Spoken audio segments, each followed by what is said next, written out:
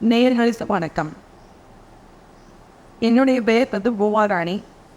நான் எனர்ஜி ஹீலராக இருக்கேன். ஈமெயில்ஸ் சொல்கிற மெசேஜஸ், சனத்குமாரா கடவுள், முருகக் கடவுள், தமிழ் கடவுள், தெய்வம் சொல்லக்கூடிய மெசேஜஸ், எல்லா மெசேஜஸும் உங்களுக்கு கொடுக்குறதாகவே இருக்கேன்.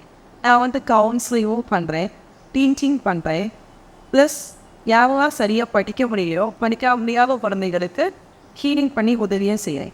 இது மாதிரி நம்ம எல்லா விஷயங்களையும் தெரிஞ்சுக்கலாம், தியானம் பண்ணலாம்.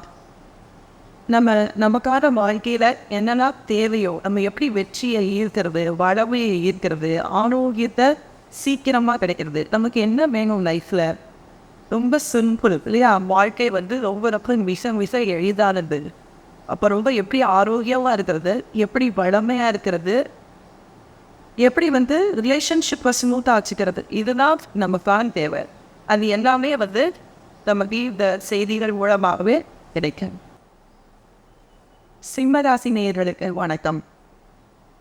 மாசி மாதத்திற்கான சிம்மராசி நேயர்களுக்கு ஏஞ்சல்ஸும் சரத்குமாராவும் என்ன சொல்கிறாங்க அப்படிங்கிறத பார்க்கலாம். இந்த யாரெல்லாம் சிம்மராசி நேயர்களாக இருக்கீங்களோ அவங்க ஓ அப்படின்னு டைப் பண்ணுங்க. நம்ம உங்களுக்கான மெசேஜ் என்ன அப்படிங்கிறத நம்ம இப்போ பார்க்கலாம்.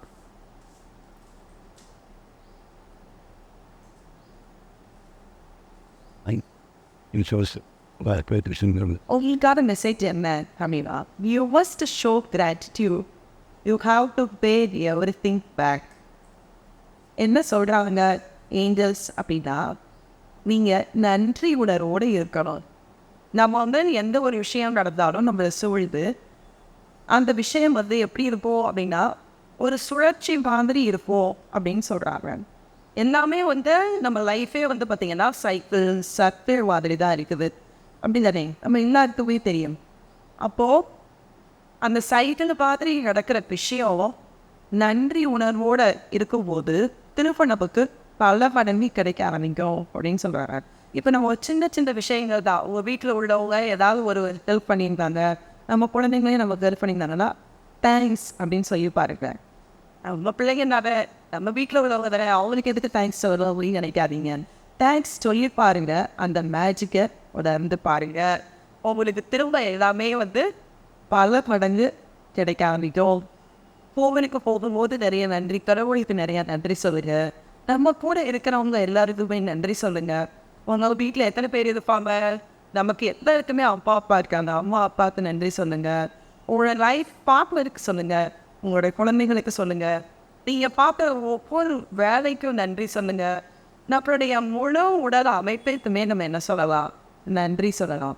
ஏன் அப்படி சொல்கிறேன் அப்படின்னா, ஃபார் எக்ஸாம்பிள் சின்ன ஒரு எக்ஸாம்பிள் பார்க்கலாம். நம்ம யாராவது ஏதாவது உதவி செஞ்சாங்க அப்படின்னா நம்ம நிறைய நன்றி சொல்லுவோம். உடனே அவங்களுக்கு எப்படி இருக்கும், அடுத்த முறை இன்னும் அதிகமாக அவங்களுக்கு உதவி செய்யணும் அப்படிங்கிற ஒரு எண்ணத்தை தோன்றும். உடனே என்ன செய்வாங்க, வேகமாக அவங்களுக்கு உதவி செய்வாங்க. அப்போது ஒரு மிக சாதாரண மனிதர்களுக்கே அப்படி இருந்தால், கடவுளுக்கும் ஏஞ்சல்ஸுக்கும் நம்ம நன்றி சொல்லும் போது, சனத்குமாரா கடவுள், முருகக் கடவுள், அவங்களுக்கெல்லாம் நிறைய நன்றி, நான் இப்போ வாழ்ந்துட்டு இருக்க வாழ்க்கைக்கு இறைவா நன்றி அப்படின்னு நீங்கள் எல்லாருமே சொல்லி பாருங்க. உங்களுக்கு வெற்றியும் வளவையும் தானாகவே சேரும் அப்படின்னு சொல்கிறாங்க. நன்றி. ஓ டைப் பண்ணுங்க. சிம்மராசி நேயர்கள் அனைவரும் ஓ டைப் பண்ணுங்க. தேங்க்யூ.